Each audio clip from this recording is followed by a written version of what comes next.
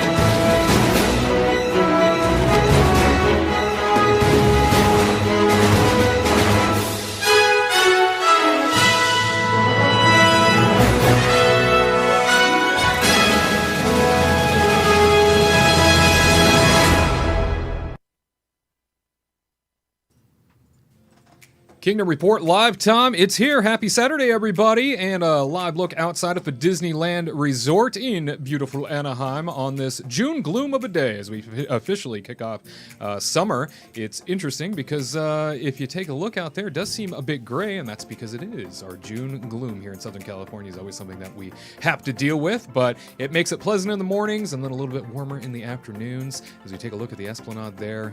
Can't wait as we count down the days to return to Disneyland come July 17th. That is assuming that state and local authorities approve the theme parks reopening. We did see the Downtown Disney, as well as the two hotels of the Disneyland Resort. Disneyland Hotel is excluded for some reason, just hasn't been thought of yet, are going to be returning to us.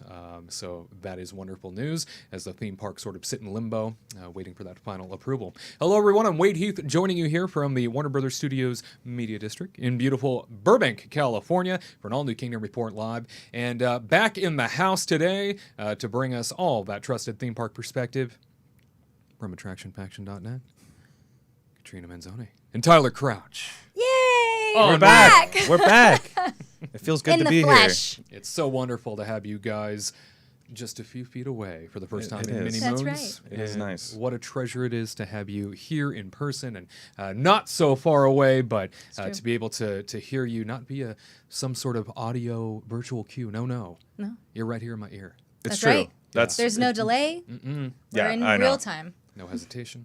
There is no replacement for the real life version of us. That's right. That's definitely true. And you, Curt. And all of us. All of us. Everyone. Each one of us. God bless us, everyone. And joining us from a socially distanced environment, it is our Walt Disney World reporter, Gared Hassel. Hey there, everyone. I am once again coming to you from video conference like I've done every single show. I am never invited to the studio. But no, that's okay. That's okay because I've got cookies here and you folks don't. Well, one day you Yes. will be invited. We may not be here, but you will be able to show up and experience it yourself, and maybe we'll be virtual in that capacity. Who knows? Kurt will be like, "What are you doing?" Maybe. here?" Maybe. Oh, but Wade, I do have a quick announcement if I may do Okay, it. go for it. All right. So to our wonderful viewers out there, some of you may know a lady in the comment section known as Timothy Hassel, and coincidentally, she is my mother. Oh, Because What? we have the same last name. Yes.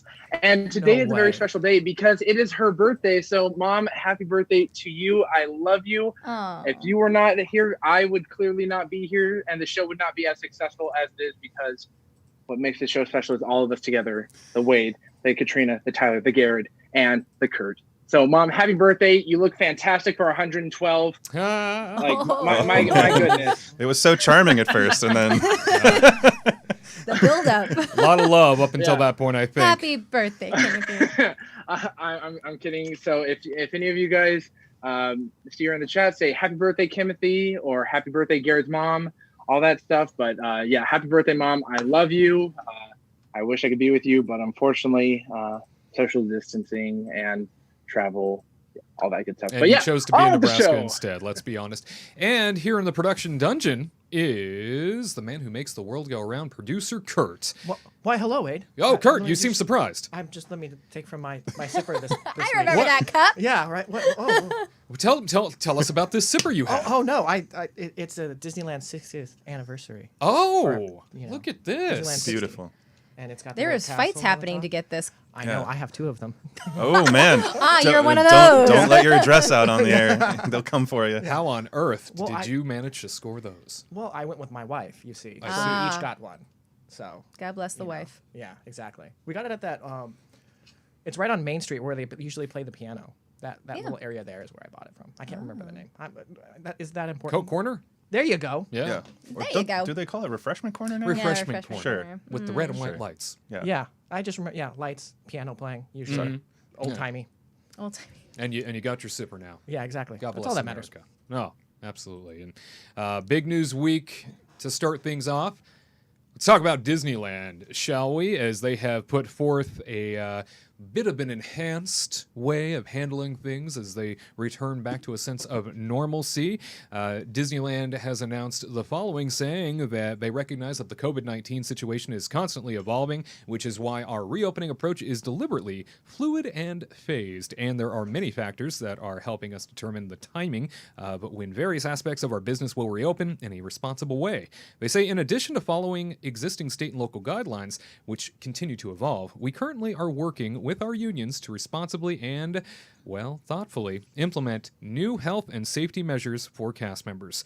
These enhanced health and safety measures include enhanced protective measures, where they will require mandatory face coverings for both cast members and guests, with addition of hand washing stations and physical barriers where appropriate. Physical distancing, they will reduce theme park capacity to enable physical distancing and add appropriate signs to help guests move responsibly throughout the resort. Temperature checks, all guests will undergo temperature screenings prior to entering the Downtown Disney District or the theme parks. In addition, health screenings and temperature checks will be required daily for cast members. Limited contact as well, saying they are recommending cashless transactions, and they will reduce cast member and guest interactions with helpful technology, including the expansion of mobile order in their Disneyland app, Apple Pay, and more, and enhanced cleaning and sanitation. They will build upon existing standards of cleaning with heightened protocols. Lots to consider there in terms of planning a trip. It's getting more and more healthy as they go. And this past week, the governor of the state of California and the mayor of Orange County, Florida, instituted orders that everyone will be required to wear masks in high traffic locations. This obviously would include places like a theme park. So now there is no speculation. There is no wondering, should I, shouldn't I? There is no headbutting about this sort of thing anymore in these 2 regions where Disney theme parks exist domestically. Now it's something that everyone is required to do. So it sounds like that option was now taken away from people as to whether or not they could do it, just assuming that I think most people would. And now it looks like they are being forced to because some people just weren't doing it in those high traffic areas to begin with, unfortunately. Katrina, do these measures bring you any sort of comfort about Disneyland's reopening on July 17th? I was really relieved because, again, we talked about it last week. I was very nervous with Orange County in Anaheim, like in the Anaheim area. They announced that they were going to take off the restriction of masks, and I was very worried when people come to visit going into the theme park and having Orange County doesn't have to require a mask, so I don't have to wear one at Disneyland, anything like that. Disneyland's private property. So now there's no question about it. You got to wear a mask to go around anywhere in public and also to go in the park. So I am actually really happy about all of this, and I'm absolutely thrilled about Apple Pay actually being in the park. It sounds really stupid and small, but honestly, I was like, oh, Apple Pay. Because there's some times where I want to use my watch and I don't want to like fiddle around with stuff, and they didn't accept it. So now it's going to be that whole new technology all around the parks. So that's one thing I am really excited about. And I don't know. I still think it's too soon to open the parks. I'm not gonna lie. But I am actually really excited that they are now forcing people to wear masks in Orange County and Florida, because I know that was a big one where a lot of people didn't want to wear them. So I'm happy about that too. So yeah, I'm happy all around with the whole new mask thing. How wonderful to hear. Yeah. And in addition to your thoughts there on the idea that, it might be a little too soon in which the theme parks here at Disneyland will be reopening, we did hear this week that several union representatives came together to form a letter to the governor of the state of California in representation of their cast members to acknowledge that they feel like it might be too soon as well, urging the governor to delay the reopening of Disneyland theme parks. Now, we do have the approval for Downtown Disney, Paradise Pier Hotel, the Grand Californian Hotel and Spa, but the theme parks are still up in the air at this point, which I find very interesting because the other side got approved, but not the theme park side. Do you think that there might be a potential where Disney does not get their way with this birthday opening? See, that's really, I hope that they don't open the parks on their anniversary. It's too soon. It's way too soon. And plus the rides are kind of old. So I feel like there's going to be a lot of issues if they have to wipe down the rides all the time and then try to do that, especially with, what is it ride? What ride always has the problem? Peter Pan. If you take too long to get in, it busts down the whole ride. Oh. So if they have to shut down the ride and clean stuff, how are they going to do that and try to send the rides through? So I feel like it's too soon. They need to start testing it to see if it's going to break down and if they're going to have issues with the rides breaking down all day. Honestly, I would feel more excited with the phase reopening and starting with the hotels first, see how that goes, and then open the parks. Because they're doing Downtown Disney, but they're only doing, the 9, 10, 11? Yeah, so, give or take about, 8 days. Mm-hmm. So they barely have 8 days to figure out Downtown Disney versus the park reopen. And, a theme park is way different than Downtown Disney, a shopping district. Yeah, a shopping area. And this, I feel like not a lot of people are going to be there. Mm-hmm. There's going to be a lot of people going to Downtown Disney, but it's different than doing 2 theme parks.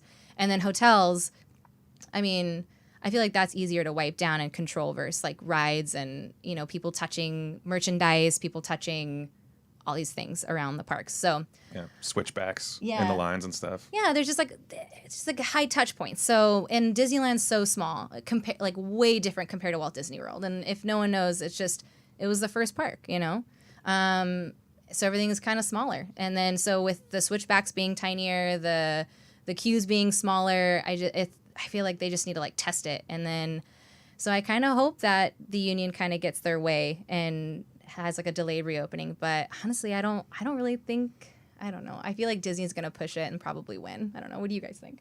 It is odd that that it has not been approved and the other side of the equation has.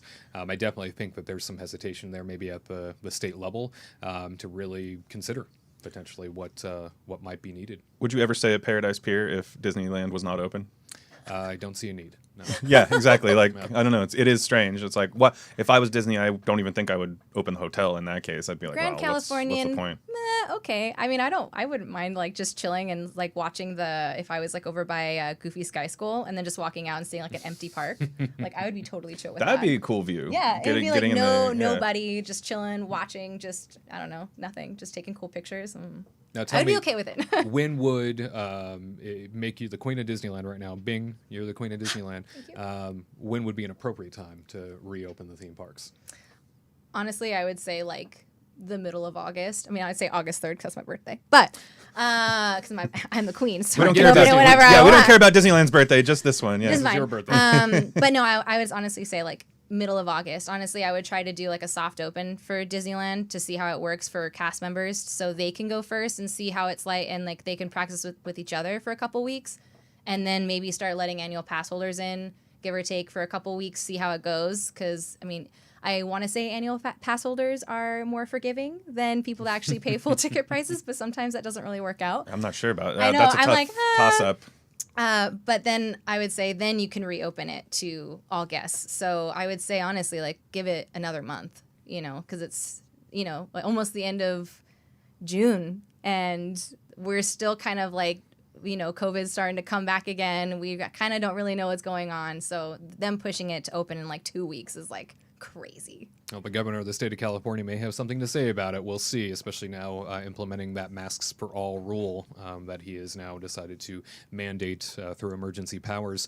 Moving on here, Disneyland continues with the news this week, canceling one of their postponing one of their Disneyland After Dark events. Potentially being canceled. We will see as they postpone it. There's a lot of questions here as to what's going to happen with these special events throughout the rest of the year, but they sent out an update saying in light of the recent cancellation of Star Wars Celebration over at the Anaheim Convention Center just across the street from the resort, we are making the decision to postpone Disneyland After Dark Star Wars Night. The event may be moved to a later date, and they say that you should visit disneyland.com/Star Wars Night for more details. This is a very, very interesting push, especially as we have discussed in prior broadcasts, the idea of fall Halloween parties, stuff like that at the Disneyland Resort, and whether or not those are going to go off as planned, especially if they are just starting to get the wheel moving again in terms of theme parks and reduced capacity. But Tyler, they postponed the special ticketed event, whereas Disney World has flat out canceled all of their parties and specialty upcharge type events. Do you think there's still hope on the West Coast? I mean, I want to say yes, but I was completely wrong about. We had the discussion, as you said, about Disney World and how we were talking about the 50th, and I know that's not this year, but I just thought there was no way in heck that they would that they would cancel their moneymaker like that, and I was completely wrong. I mean, obviously they have a lot of stage shows and fireworks and all those things, and they probably wouldn't be able to do those, so I get it. The thing that I just kind of come back to is I know right now that like Knott's is planning, or at least they were planning. I heard a rumor that they might not even open this year. Wow. But I know that they were still planning to do Scary Farm, and I know that Universal, they're putting up tents and stuff for Halloween Horror Nights over in California here, and so I tend to think that maybe they are still thinking about it. I mean, if they haven't full out canceled it yet, there always is a little glimmer of hope. But just like I said about Disney World, when I get back to it, what do you do at those parties? You watch fireworks, you see shows, and then you get candy, which everybody is touching, and that's not something that people want to do right now. I feel like they could figure out some way to prepackage the candy. Maybe you don't get quite as much candy as you used to, but anyway, that's besides the point. I think there's a little glimmer of hope. I think it's just a very small glimmer at this point. Perhaps glimmerless. We will see as Disneyland continues to plan and plot their return. So much up in the air, so much to still consider when it comes to the Disneyland Resort and the rest of 2020. All right. Walt Disney World is coming back with potentially a whole new way of doing security checkpoints, contactless security checkpoints to be exact, as they test a little something out here. It sounds like at the Lime Garage of Disney Springs, they are currently testing this new contactless security and bag check system ahead of theme parks reopening. You see, if you're watching our show, you're going to see a video playing that sort of outlines how this works. And you see just people passing through. No real need to go through bags, no real need to go touching things and rummaging through things. It seems as though this system, kind of like those panels you see at a department store or maybe like a Target or a Walmart, where typically a panel would go off if you hadn't paid for something, right? Like maybe if it had one of those little RFID tags that hadn't been scanned off, you walk through and the alarm goes off. They look very similar to that. And so as people walk through, this is supposedly going to detect whether or not there's any sort of weaponry on them, anything that might be potentially inappropriate, and signal as to whether or not somebody needs to be stopped for further inspection. But a very interesting contactless approach, and it seems like these have already been utilized in other sort of high-capacity locations, such as arenas and big sporting events and stuff like that around the world already. So Disney World now sort of getting into the motion of these things. Gared, what do you make of these new contactless systems starting to be tested on Disney property? You think that's going to start spreading to the theme parks? I think so. One thing Disney is big about, especially Bob Iger when he was CEO, he spoke about innovation and using the new technologies to further grow the brand that is Disney. And I think using these contactless security measures is right up Disney's alleyway. I'm sure that they will Disneyfy it by like maybe using Mickey Mouse colors or matching the area that you're going to. So say, for example, you go to Hollywood Studios, you're going to have the blues and the whites. You go to Magic Kingdom, you're going to have some golds and some Main Street colors. But I think it's a great way of evolving their security measures. Because I know many people are some people can be uncomfortable with people going through their bags, especially now with like, you're touching my stuff. I'm later going to touch that. If I touch my face, then there's just a snowball effect of stuff going on. So these new security measures are interesting, and I personally would be in favor of them doing it because it would streamline the entranceway process so much faster rather than waiting in that long line, and then you have the 10 people behind you. They're like, we're gonna miss our fast pass, and then people are pushing and shoving, and then there's this chaos. If it's just walking through and then be like, actually, can you come over here please for additional inspection? I am a big fan of that. I think that as Disney evolves, the security needs to evolve because people want that sense of security. And if this new way is doing it, then I'm all for it because I think it's creative, it's futuristic, and I think overall, if it detects it and like if you do like 100 tests and it gets 99 out of 100, I'm all for that because like safety is Disney's number one responsibility. So I'm all for it. And Disney has long tried to make security screening as seamless as possible, as quick as possible. I know that they would ideally not have those security screening tents there at all. It's something that, at least on the West Coast for a long time at Disneyland, they even had like main entrance cast members doing for the longest time before they finally switched over to security cast members. I think it's always been security cast members out at Disney World, but I think it's something that they've always tried to have a soft approach on because they don't want it to seem like anywhere else in the world. Katrina, you were originally concerned about how Disney was going to manage security checkpoints in a pandemic world, I recall. What do you like about this as a possible solution? I actually love it. I want to know what the success rate is of like finding, what's on your body. Cause again, I don't know. I guess I have to like research this thing more, but I want to know what the success rate is when people try to like, get in knives, guns, and like other things that could be a weapon. But I'm excited because at first I was like worried because like what Gared said, I'm going to have my purse, I'm going to put it down, I'm going to have to take stuff out, they're going to have their hands on my stuff, then I have to take it, and there's just tons of germs. So I'm actually excited. It actually makes me want to bring a bag because usually when we go to Disney World and Universal, I always just like, I don't want to go through security. I would rather just go to like no bags. So I always just carry my like little card wallet thing and put it in my little sports pants and then just keep on going because I don't want to like worry about it. But now I'm like, oh, if there's not going to be a problem with lines, then I'm all for it. And like when you wear buttons and stuff, I'm excited for that too. I know it's the small things, but kids love buttons and they always go off in the metal detectors. And they always have to make sure you have to take off all the buttons and stuff before you get in. So I can see parents being super excited about this, and I'm all for it. Well, that's fantastic. Yeah, I think more than anything, having a security screening process that can move people along in mass like this, you're not. More importantly, in this pandemic world, it's not having people clumped together, right? It's not having people sort of becoming part of small groups when they don't need to necessarily. They can just keep flowing, and security can pick off folks as they come through for that additional screening process. Tyler, do you imagine that there's going to be any sort of potential flaws with a system like this? Can you see anything in your crystal ball of potential issues when it comes to a contactless security process? And we know my crystal ball is always 100% right now. But I don't know. I mean, I don't really know enough about the technology other than the video that we've seen and like other people kind of writing articles about it and things like that. So I'm assuming that if Disney is going with this system and that other clearly from their video, other conferences and sporting events and things have used this metal detector or this security thingy. That's a technical term, by the way. I think that it probably works just fine. I am curious because in the video it does mention like optional face recognition. And I'm wondering if Disney's going to be opting in for that face recognition so that they can see everybody going in and out of their parks. But I guess with the masks on, too, that's not going to work out for them Eye in the beginning. recognition. They already have Yeah. our fingerprints from years of scanning into the main entrances of their parks. It's so, true. You're right. yeah. But I think it's a really cool thing.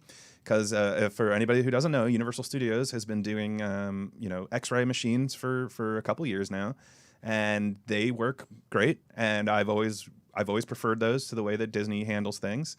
And now this actually even seems better than the X-ray machines that you have to put all your bags in and everything. So I'm very excited about this. And we all know too, like at Disneyland in the morning, getting through security is just Nightmare. a hassle. It is a Gared hassle. And Hey. you made a joke about my last name earlier. I'm going to make a joke about your last name. No, that was about something. No, you can't. Like I said, but no, you're like, oh, it's a Garrett Hassel.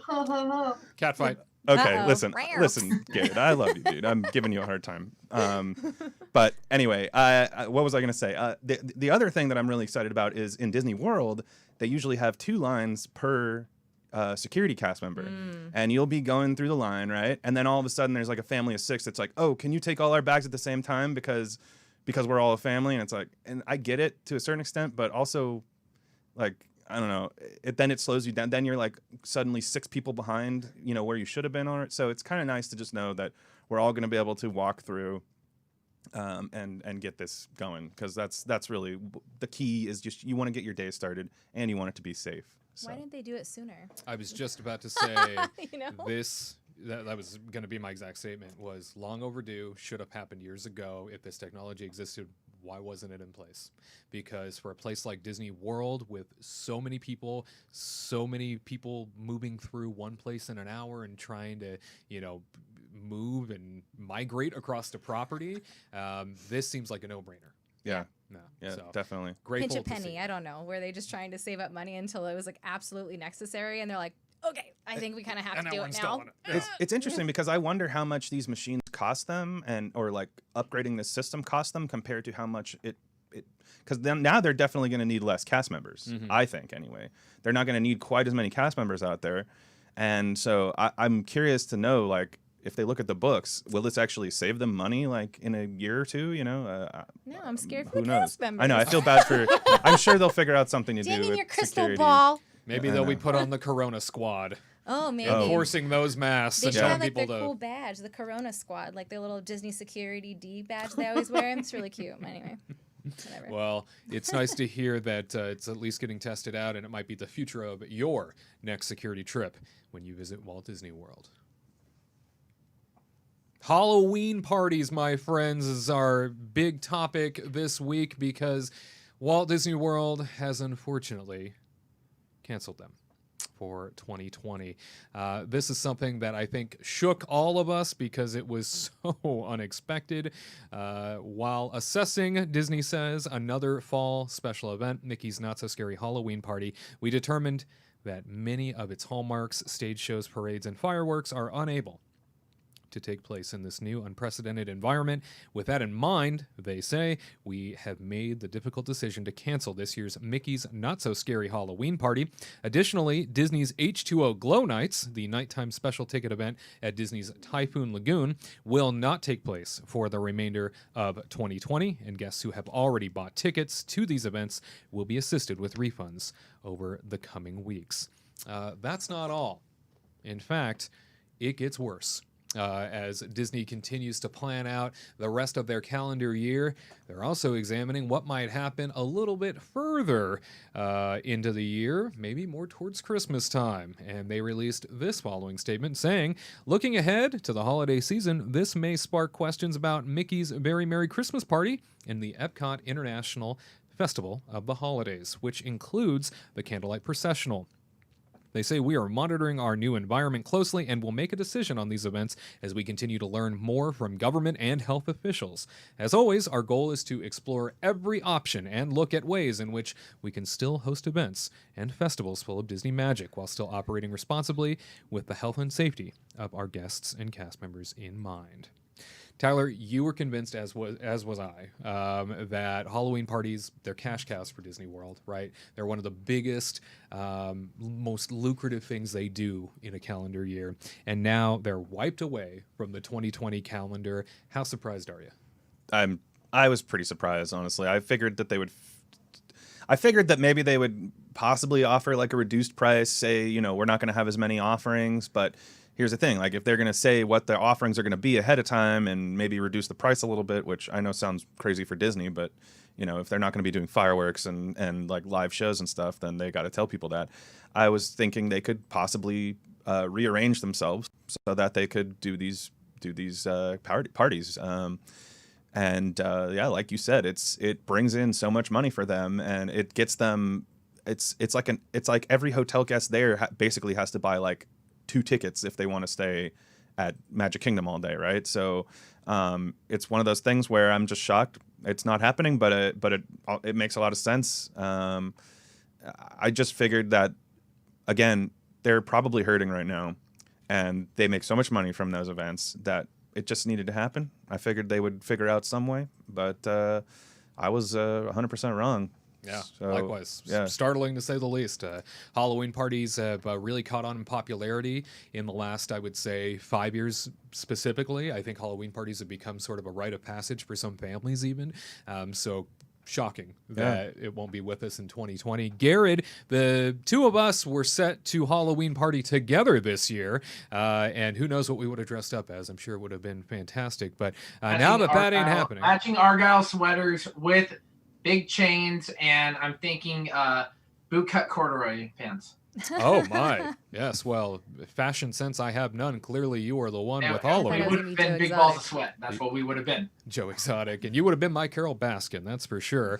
But what do you think of the loss of something so treasured by park fans? What do you think this means for our Disney park fans around the world? I mean, this is something that a lot of people invest in year to year, right? Yeah. It's not cheap to go to these parties. No, it's unfortunate, but at the same time, it's understandable. Coming at it from Disney's perspective, I see because the whole no touching thing, you can't have those character interactions that you love. You can't be hugging Captain Jack Sparrow and Winnie the Pooh all dressed up. So that eliminates that. And then when you just have giant crowds in the area, they're trying to dismiss that as much as possible. So the only safe way of doing it is removing it. But when it comes to guests that come out once a year and they're like, you know what, we're going to go out there, we're going to do 2 Christmas parties just because they're so magical. It's very saddening because one thing that Disney does so well is the holiday season. The holiday season at Disney is unlike anything else. It's so full of love and happiness and joy. And for goodness sake, Disney makes it snow in Florida. How do they do that? I don't know. Bubbles. But it's truly it's sad, but you know what? There's always going to be another year. There's always going to be more Christmas parties. That's what I try and reiterate over and over, is that Disney's not going anywhere. It's going to be around for years and eons to come. Eons. Having 1 year of no Christmas is okay because Santa is timeless. Santa comes every year to Christmas, so it's okay. I'm sure that they'll put up some kind of Christmas decoration and they'll play some music maybe to get the feel of it. But it's sad. But honestly, after they got rid of the Osborne dancing lights, it was all downhill from there, honestly. But yeah, totally. I'm looking forward to what they're trying to do to maybe keep the Christmas spirit alive. I'm sure they'll still have up a tree. I'm sure they'll still have the lights on the castle. But it's gonna be if you go down there, it's not gonna have that 100% Disney Christmas time feel. It's gonna have an 85 range, maybe lower. So it's sad, but to any kids out there, don't worry, Christmas is still here. The spirit of Christmas lives on in all of us. Same with Santa. And yeah, it's sad, but you know what? There's always another Christmas party. It's going to be there in the future. Same with Halloween. Ho, ho, ho. And Katrina, they're tiptoeing with Mickey's Mickey's Very Merry Christmas Party, excuse me. Not so merry, it might be. Yeah. But very Merry Christmas Party and Epcot's Holiday Festival. Do you think either of those are going to go on as planned this year? I mean, it's looking grim. I hope the food's going to come because I really look forward to some of the stuff that they have over there in Epcot. So, and then plus I'm going in November, so I'm super stoked. So I'm oh my God, we're right in time for the food.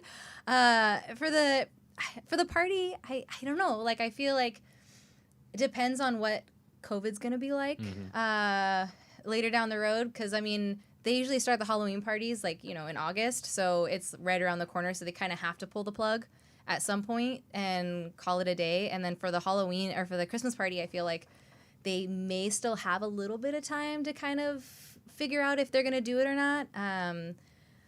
But they might just pull it if they're going to pull the Halloween party and then just maybe do something small, like a little Christmas cavalcade or something during the day. And then they're still going to decorate the whole place anyway. So I feel like that's more for me anyway. I wasn't a really big fan of the Christmas party because I don't really care about having prepackaged sugar cookies. I would rather have candy from Halloween. What a Grinch. I know. I just like, when you consider the price. The price difference, you get more bang for your buck for Halloween than you do for Christmas. I don't disagree. And I love Christmas. Don't get me wrong. I love it to death more than Halloween. But I love Halloween party more than the Christmas one. Because the Christmas one, you get like free hot chocolate that's cold.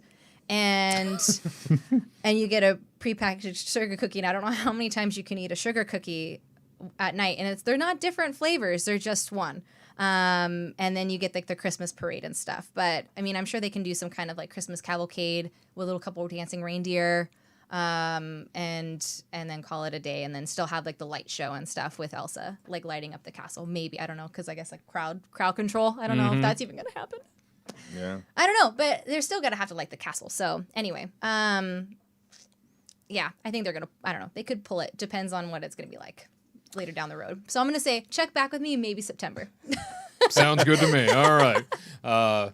Very diplomatic. What a response, right? Yeah, not taking any sort of critical position there, but we will see what happens with all of these special events. Speaking of special events, they have announced, this is big news because I don't think anyone assumed we were going to see Epcot's International Food and Wine Festival this year, and well, what do you know? It has been announced that a modified version of the Epcot International Food and Wine Festival will be taking place after all, starting when Epcot opens. First day, which is incredible. Yeah, that's crazy. They do say that one staple of the fall season at Walt Disney World is the annual Epcot International Food and Wine Festival. And the big news is that it's going to be a modified take on the classic offering, offering up over 20 signature global marketplaces like Hawaii, hops and barley, and islands of the Caribbean spaced out around the park. And if you ever imagined a world where the floral fun of Flower and Garden is sprinkled in with the global goodies of food and wine, well, here's your chance. Guests will be able to see our newest topiary, Disney says, Remy in the France Pavilion, and find Flower and Garden merchandise. For scavenger hunt fans, Remy's Ratatouille Hide and Squeak Scavenger Hunt returns, and stay tuned as Food and Wine merchandise joins the fun later on after the festival begins. That right there tells me that they were not planning on having the Food and Wine Festival because they would have had that merchandise ready to rock and roll. So you know they were holding off big time when it came to that. Yep. So July 15th, Here we International Food and Yep. Wine Festival modified. Nothing It's says like garden fall like food July and wine 15th. garden. They just like pushed them all together. Yeah, really. Made like yeah. a weird concoction, and they're like, "Please buy our merchandise that when we close we couldn't sell, please." Please. 2020. Please. Oh, by the way, can you see this Remy topiary? Because our ride's not ready yet, but also we have this topiary. Tyler, you get to eat off your trash can after all. I can't wait. I'm super excited. Yay, Canada. I mean, they are the best tables. I have often thought maybe I should buy a couple of my own trash cans for, barbecues in our backyard. Yeah. Because, tables just aren't the same. It's the truth. We classy that way. It's the wave of the I'm surprised future. they It didn't is. say like Canada in their article, but they put in islands and some other one, the hops and barley, and I'm like, who cares? Canada's where it's at. I think everybody knows that that there's going to be filet mignon there every year. I mean, And that's Mexico, that's what yeah. that's what has Mexico to be and there. Canada always have like the best food. I think the year they get rid of filet mignon and cheese soup over Canada is the year that everybody riots. So, Oh yeah, everything will catch on fire Yeah. and just go. So, I can see that. whew, Yeah. that's gonna be scary. Well, it'd be great to have Food and Wine Festival back in any capacity, and now you're up to date when it comes to, so far, all the plans for 2020 special events and parties. Let's cross our fingers and hope that Christmas will be as magical as ever this year. All right, my friends, another big piece of the pie this week when it comes to Disney and their world. They have announced that there is a whole new reservation system that will be in place for how you can reserve your theme park days.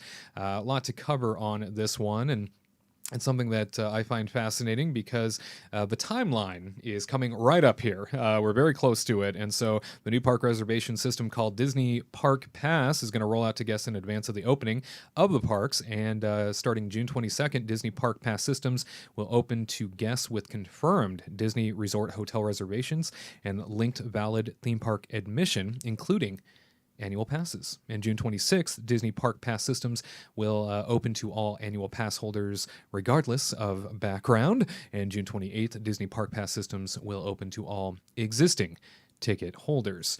You do have to have a My Disney Experience account. You do have to have a My Disney Experience linked to a reservation for the resorts in order to book if you are trying to get into that window. We've said it before, we'll say it again. It's already so difficult to plan a Walt Disney World vacation when things are fine. Now, all these extra layers have been added on, rightfully to try and control the capacity in the parks and to make this an experience that's still safe and healthy for all. So we definitely want to underscore that. But new layers have been added on to the top of planning your trip. And Gared, it looks like after Disney Resort hotel reservation holders, annual pass holders are being given preferred treatment over standard ticket holders. How about that, Mr. Disney World annual pass holder? Yeah, no, it's exciting. It's interesting how like there's a 4-day gap versus when annual pass holders and the normal guests can go, which is only a 2-day gap. So, I understand that the rights go to the people that are spending more money, which is going to be the people staying at the resort. So it's awesome to hear this. It gives people something to look forward to, because oftentimes that's one thing that drives Walt Disney World successes. People are booking it in advance, and then they have a countdown calendar. So many people have on their phone like 10 days till Walt Disney World, 2 days, 5 days, whatever. So it's very exciting. I just am worried at this new system rolling out, because even now my Disney Experience is not perfect. It still has many flaws. So I am worried with what this new reservation system is going to look like. Like annual pass holders might be able to get a hang of it faster just because they've been a part of it longer. But if there were first timers, or I would call them rookies that have only been to Walt Disney World a couple times, this is a whole new beast to tackle. So while it is exciting that we can go back into the parks and make our reservations, it's going to be quite an adventure to get from point A to point B. And it does sound like we're hearing more and more for anybody that had a trip coming up that people are being contacted by Disney right now and asked to move to Disney Vacation Club resorts. We're hearing this within the last 48 hours that people more and more are being contacted and asked to move, sometimes at their own expense. And if they can't, to pay that difference. So it's very interesting. These things are developing. Disney's handling this in the most bizarre ways, and while I'm seeing some great guest service that they're known for on one end, I'm also seeing some very confusing signs on the other, almost like perhaps one side of the company knows something and the other side doesn't.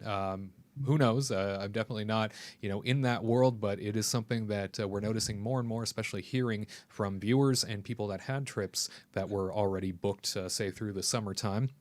Katrina, Disney does state that later this summer, based on availability, sales of 2020 tickets and Disney Resort hotel bookings are going to resume. But from a travel professional's perspective, what do you expect availability to really even look like when everything will be at a reduced capacity anyway? That's a good question, because honestly, with what you're talking about of guests being notified and trying to be moved to like a DVC hotel, and then I've heard that too, but I've heard that those are the people that have been reserved for like kind of in the summer, not towards the winter. So they could be trying to like phase reopen hotels a little bit down the road. So they're trying to move people who are willing at the moment, trying like, if you're in the summer, but for the winter, we don't really know what it's going to be like yet. And I know they're trying to reopen, they're trying to sell more coming like in the summer to sell tickets and try to sell hotels again. And I do think it's possible, because right now I think they're scared. They don't want to overbook. They don't want to cause problems. They don't want angry people. riots off their outside their door. So I think they're kind of like playing it safe. And then in the summer, they'll probably reevaluate and then try to start reopening other hotels and then try to start selling tickets and whatnot. So people that actually maybe do possibly have a hotel reservation later, like because they booked it, but they didn't want to do hotel like tickets yet. Now they're finally able to book tickets because they can't do anything on the 22nd of June because they don't have tickets to reserve. But also on that, they are doing like the summer, in the summer, what day? The 28th of June, they're starting to book 2021 reservations, which I think is good because they really want, people to like reserve their hotels and lock in their reservation. And I think that's what they're trying to do, I guess. I don't know. I guess I'm like rambling. But but I think that honestly, I'm not worried. Like I think that they're going to try to reopen hotels, like not all of them, but at least I want to say like a goal of 80% of the hotels by the end of the year. Wow. So it's like my hope. I don't know. Yeah, I've been like, guesstimation. My guess. Like, I'm trying, like, we're talking like a travel agency back and forth, like, what our what our opinions are and stuff. And next week we're going to be talking to the sales rep for Disney. So I have like a list of questions. So hopefully it's like a whole question and answer kind of thing where I can jump in and ask questions, but I don't know if we're all going to be muted and they're just going to be talking and telling us stuff. So hopefully they'll give us a little bit more news about it. But what they set out like a couple of days ago raised a lot of questions, and Disney being Disney is they don't tell you the full story yet. Yeah. And so everybody goes crazy and like thinks like what's happening and they start guessing what's happening and just wait and see what happens. I think we say it every week that like nobody has a clue about what the world is going to be like, a month from now, 2 months from now. But it still kind of bears repeating that again. This is a weird thing that nobody's seen in anything like this in a bunch of years and many years, and we just need to play it by ear. Because this whole thing is like they haven't told us anything about how many days pass holders can reserve, how many dates reservations can reserve, how many no one, they haven't even said anything about this yet, which is driving me crazy and as a travel agent because and so it's sadly I have to tell people that as a travel agents can't book these dates for you because you have to sign a waiver when you do this. They did warn us saying you can't go on and book this for your guests anymore. The guests have to physically go in and do it themselves because normally travel agents would go in and talk about and do fast passes for them. That's what they do. Dining, fast pass, that's fine. We'll book it for you because that's what we do. That's what you're paying us for. But for the park system, now we can't even do that. And now we feel kind of helpless because we want to do everything for them. Because again, going to Disney World is stressful. And if you've never gone before, it be chaotic. So even with this added thing, they take away fast passes, but now they have this, and now we're trying to tell the guests we can't do this for you. You kind of have to sign the waiver because there's a waiver about temperature checks and stuff. So there's just another added level of stress for people, and I'm really sad. Yep, a lot going on, and you mentioned there about annual pass holders and reservations, and Disney has now just confirmed, and this, again, things keep changing. Yeah. I mean, we're talking hours where 12 hours will go by, and suddenly all these questions get answered all of a sudden, and then another big story comes out about Disney parks and what they're doing to manage things. So we now just learned that annual pass holders can have up to 3 reservations at a time. In terms of theme park visits, park hopping sounds like it's out of the question now. Yeah. So you have to pick your park in addition to everything else, but that they can hold on to 3 reservations. What's very interesting about that, I think, so it's 3 days. Yeah.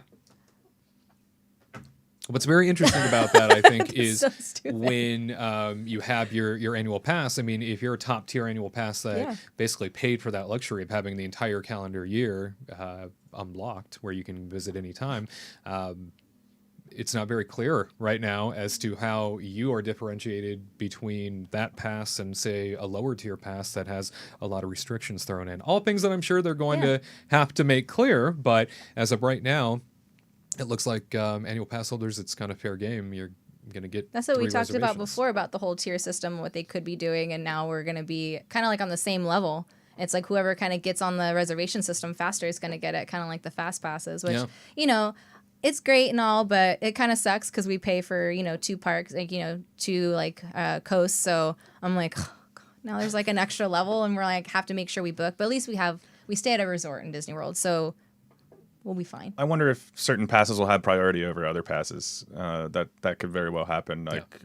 We'll have to wait and see. And you're like you just said, Wade. It's like they've got to know. They've got to say something about this stuff. It's got to be clear before they reopen. So I feel like they like to wait up in their like little clouds, and they're like, "Ha ha! I love when I don't give all the information yet." you're right. They do love to wait, but they want to make sure that people are still coming, and if they're going to come out and say, no, we're not opening till August or September or whatever, then they're just going to lose a lot of reservations and a lot of different people that want to go and spend money there. So they when coronavirus first really came about, they kept on announcing, oh yeah, well, we'll open up like a month from now, and then they pushed that back, and then they did it again. Like they did it a few times before they were like, okay, we'll let you know when we're going to open, So, but they need to keep the books filled because that's their moneymaker. Well, for the sake of planning, they need to be upfront about what's being offered and You're what right. people can do. You're right. And so in that regard, if you're only dropping nuggets of information as you go and you're forcing everybody to have to react and freak out because you're not getting the questions answered, but they're just giving you sort of a baseline surface information category, like what are you going to do? You have to beat them into submission to get a response. Just come out with the information. Just tell people so that they can plan. It's already been stressful enough trying to figure out how to do this. Well, I think they don't know themselves. I really don't think they know, because I'm still hearing back and forth things between like the cast member union and the Disney company and everything. And I mean, like I told you guys through text a couple days ago that like the last thing that I heard was like they might not even be requiring cast members to wear masks at Disneyland. Well, obviously that's going to change now with what happened in Orange County, but they don't even know what's happening, and there's still cast member protests and things happening. We know a number of people that they're not ready to go back to work yet because they're afraid for their safety. They have people at home that, are not maybe the healthiest. They're high risk people. And then they have to go back home and what are they going to, can they trust guests? It's all this big, all these questions. There's so many questions right now that unfortunately, I don't think anybody could possibly have the answer to all of them. So, and I think Disney included. Come on, Chapek. I don't know, Junior, get your act together, grow some hair. No, it's sorry. like you don't plot to reopen something this big if you don't already have answers in place. If you don't already know what you're going to do, then maybe it's a bad idea to move forward. I think There should be like a wall full of like sticky notes and like tape and like all these things about if we do this, and then have like this whole plan maybe this mapped solution out. in here. Yeah. I think you're completely right that they should be more together on this stuff, but from just the behind the scenes things that I've been hearing, it doesn't sound like they have their business together, and it's kind of scary. And I blame Bob Chapek 100%. No, I don't. Where's the echo? Chapek. 3, 2, 1. Chapek. Wow, there we go. There's your update. As of right now, that's where things stand for the new reservation system in place for Walt Disney World. Who knows what it will look like when it comes to Disneyland? Probably some sort of shell, but we will definitely keep our eye on it for you. All right, my friends. Kingdom Report Live rolls on next. Hey, Kingdom Team. Do you need more magic in your life? We understand, which is why we connect you to more of what makes you happy 3 times a week. Catch our theme park coverage, vlogs, and reviews every Tuesday and Thursday. And experience the Kingdom Report Live, streaming every Saturday at 3 p.m. Eastern, 12 p.m. Pacific.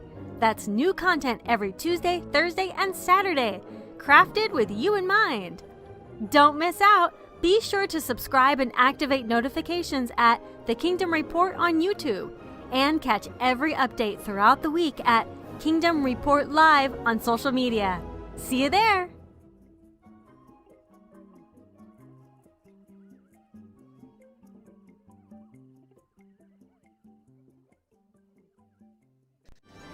Kingdom Team All Call time has arrived. It's question and answer time. You got questions for us. We have answers for you. KingdomReportLive.com is where you can send them, or you can leave us comments under our YouTube videos or perhaps on Facebook Live or at Kingdom Report Live on social media. So many ways to get in touch with us, so many ways to send in your questions. First question up this week comes to us from Kara Adams. She says, hey, we know the theme parks at Disney World are coming back. Do you anticipate the Disney World water parks to come back in 2020? So knowing that the theme parks are coming back online in July leaves a lot of people wondering about those water parks, especially in the middle of summer, and being sort of the prime time for water parks. It's a great question. Here with us today to answer that, it's our panel, Katrina Manzone, Tyler Crouch, Gared, Hassel. Let's start with Katrina. What do you think? Water parks coming back? Not in 2020. I could see probably maybe like next year because they only have a couple months to open it and they're focused on their whole resort and 4 parks. I think the 2 water parks are like the least of their worries.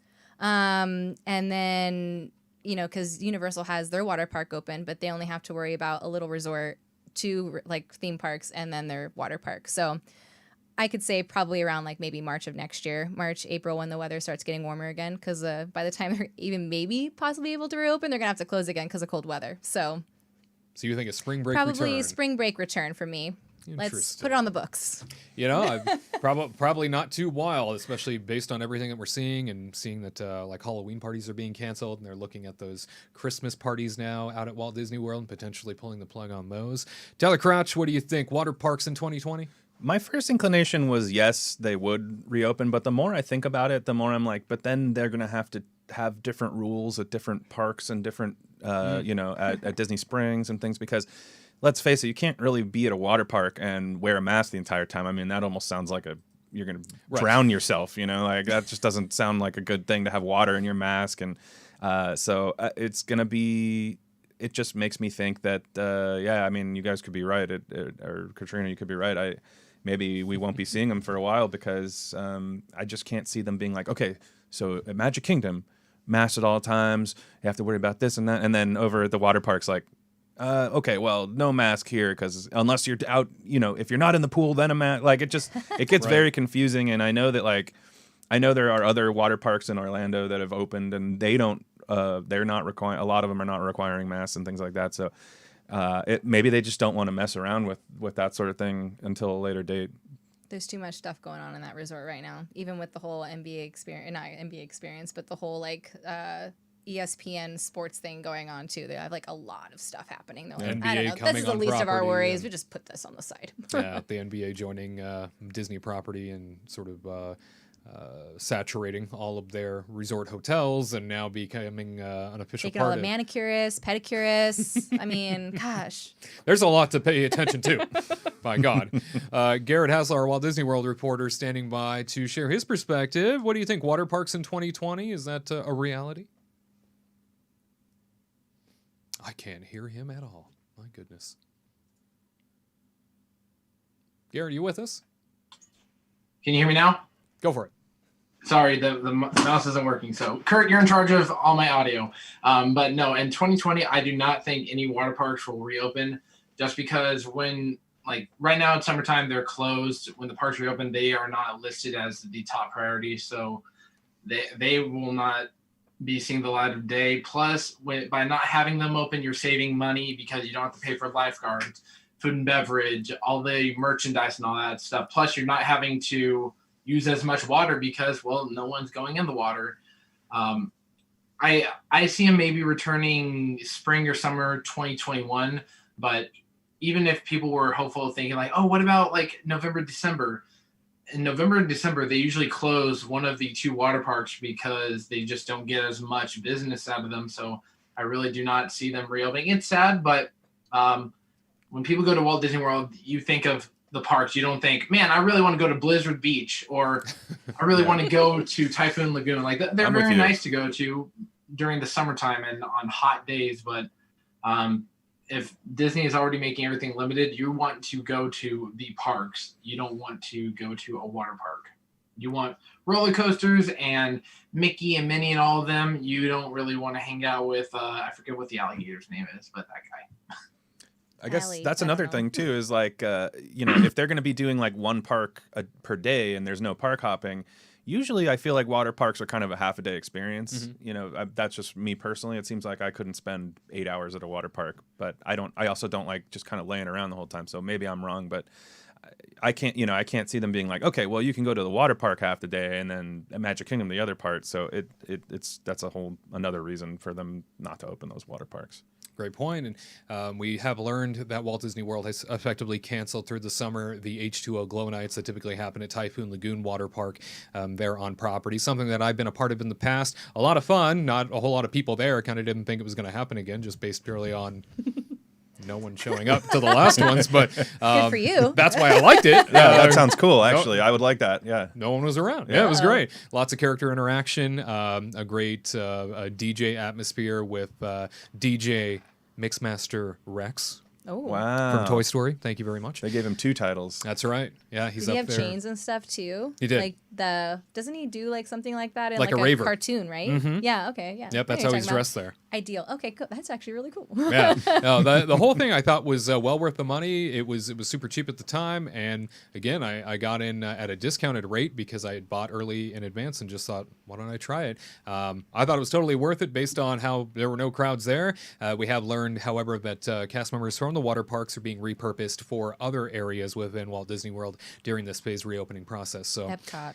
Yeah, and to be part of the Corona Enforcement Squad. So we'll definitely see what happens when it comes to Disney water parks in the rest of 2020, but it doesn't look hopeful.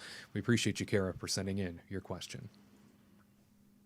All right, big question here from our friend Mickey Pants Fashion. Ooh. They ask, buffets are a big part of the Disney World experience. How do you foresee that changing as parks and resorts reopen? It's a terrific question, and I'll tell you that something that was reported earlier this week is that both Chef Mickey's at Disney's Contemporary Resort and Beer Garden at the Germany Pavilion at Epcot are slated to reopen as family-style eateries. That is, of course, where a server brings you as much as you want, right? Brings you sort of a platter and then gives you the opportunity to ask for more if you'd like. So we're already seeing that with those 2 locations there. But buffets are a big part of Disney World. You know, you see them all over the place, far more than I think you see them even at Disneyland. There's a few options, but nowhere near the same amount as Disney World. Tyler, buffets, are they a thing of the past in 2020? Are they going to make a resurgence? What do you think? I mean, I think the family style thing is a way they could definitely go with a lot of them. I mean, they already do, like, Trails End is a huge one that a lot of people like, and I know that when you go to Hoop-de-Doo, they already have a server bring you the food from Trails End, so, you know, that wouldn't be a far stretch for them to do that same exact thing there. I also think another thing they could possibly do at maybe a place like Boma or something is they could let you walk up, you know, look at the food, and then ask a cast member for the food that you would like. You know, I would just like a little that, paper sir. menu. yes, or yes, please, something? sir. Can I have some more? No, not like a little paper menu, but like just, you know, you walk up and you talk to the cast member, like probably through plexiglass, and then you Have them you serve. ask them, yeah, you have them serving you. Cafeteria. Cafeteria style. Buffeteria Cafeteria is the style. word, Yeah, yeah. buffeteria, sure. Cafeteria. There we go. Which Yeah. almost sounds like a. Anyway, I'm not going to go there. Don't be offensive. It wasn't going to be. Well, maybe it would have been. But anyway, yeah. So I think those are kind of 2 ways that I could see it going, and we were already seeing the family style, like you said, with Mickey's Kitchen and things. So it sounds like they've got a lot of planning to do for themselves. And Katrina, I know you're not a big buffet gal, but what do you foresee in your crystal ball when it comes to Disney World buffets? Let me see. Honestly, I kind of agree with the whole kind of cafe, like a buffeteria kind of thing, or even having like some kind of paper that they give you where there's like a checkbox or something where you go and look at the food that you would want, and then you check it off and then sit down and hand it to your server, and then the server kind of like gives you, like a little array of the food that you choose. So there's not a lot of waste, because I feel like there's a lot of food waste when you do like Trails End, or not Trails End, but what do you call it? Hoop-de-Doo, because there's like a lot of food, and then they just have to toss it afterwards, and I just can't imagine them doing that every day, just bringing this whole platter to people for multiple buffet areas that they have. For me, honestly, I don't know. I still wouldn't really want to go to buffets, but maybe if they did like some kind of like, if they had like a little sheet where I walked up, looked at it, checked it off, and then handed it to them, and then they gave me the food, I'd be like, all right, I'd be probably more okay with sitting down and doing it because I just don't like to keep getting up, waiting in line. Because, people that cut you off because they're like, oh, I just want that thing. And you're like, listen, there's a whole line system.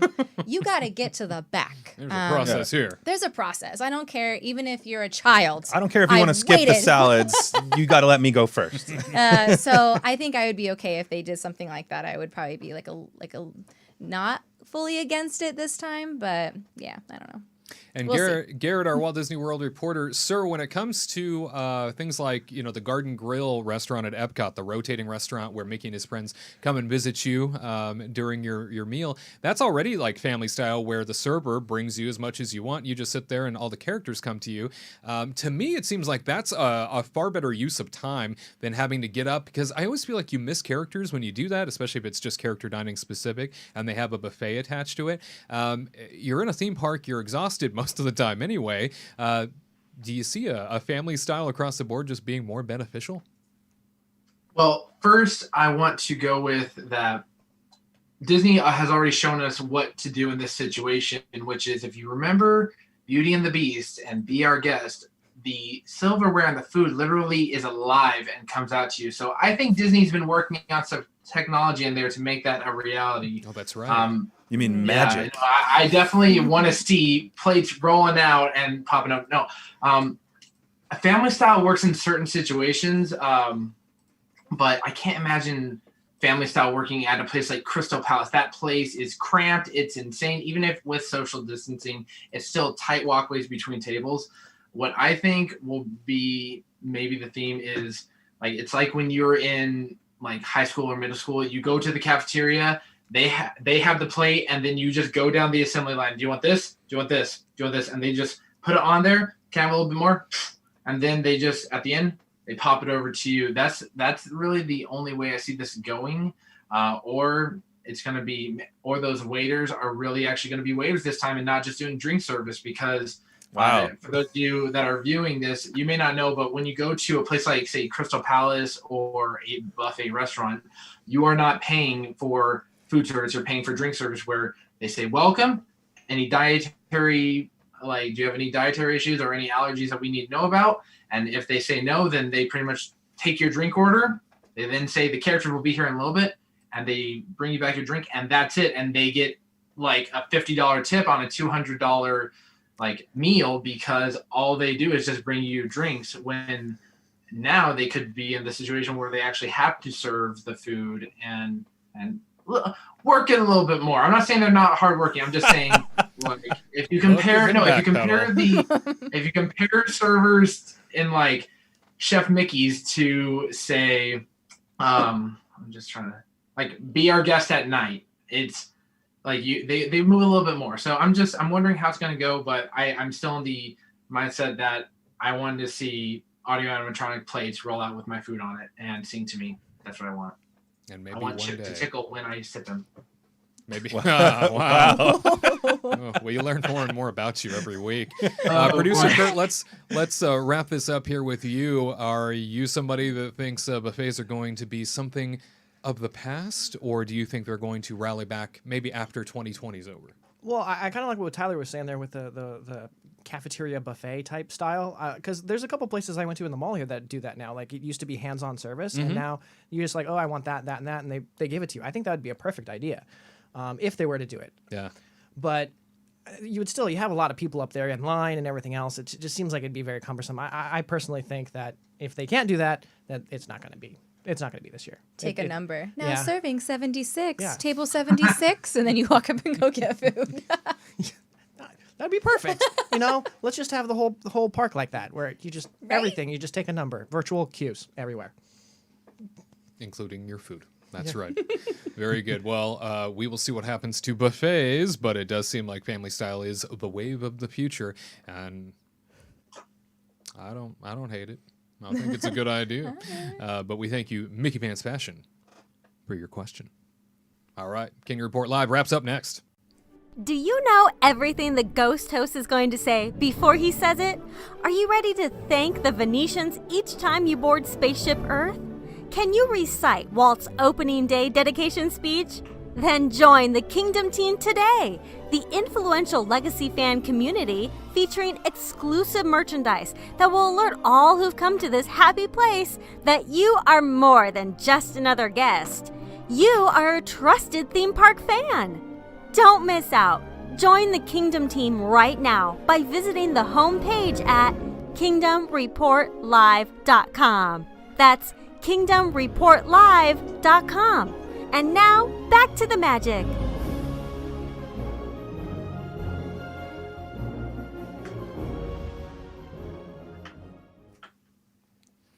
Well, I can't believe it, but we have come to a close yet again. It has been a wonderful week. We want to say a very happy Father's Day to everybody for real this time. If you watched last week, Gared inadvertently said Happy Father's Day and put everybody into a tailspin, including my own mother, who thought she had miscalculated and that Father's Day was, just a few hours away. No, that's not the case. It is now officially a few hours away. So happy Father's Day to all of those papas out there. If you no longer have a father, let's appreciate them in our memories. Very special individuals that take care of us and for years looked after us and taught us well. As we wrap things up, Tyler, Katrina, anything to share? No, happy Father's Day. I don't know if you're watching, Papa, but I don't know, probably not. But happy Father's Day anyway. That's reassuring. No, nothing really. Just wrapped up Friends off HBO Max. Oh. Yay me. I don't know. Some great quarantine working here. Yeah. We watched Knives Out. We That did. was really good, too. It's a really great movie, actually. Go watch Knives Out if you haven't seen it. Something worth watching. It's It really really good. is, It really yeah. is good. Captain America's in it. Oh. It's a complete different role. It's crazy. No Shield. Oh, damn. Yeah. I don't know if I want to watch it then. Yeah, he's out. No Steve Rogers. But yeah, nothing new to report. We're just hanging out, living our best life, and everybody, stay good, man. Live Just that be life. safe. Yeah. Well, very good. Garrett, anything to close us out? Yeah.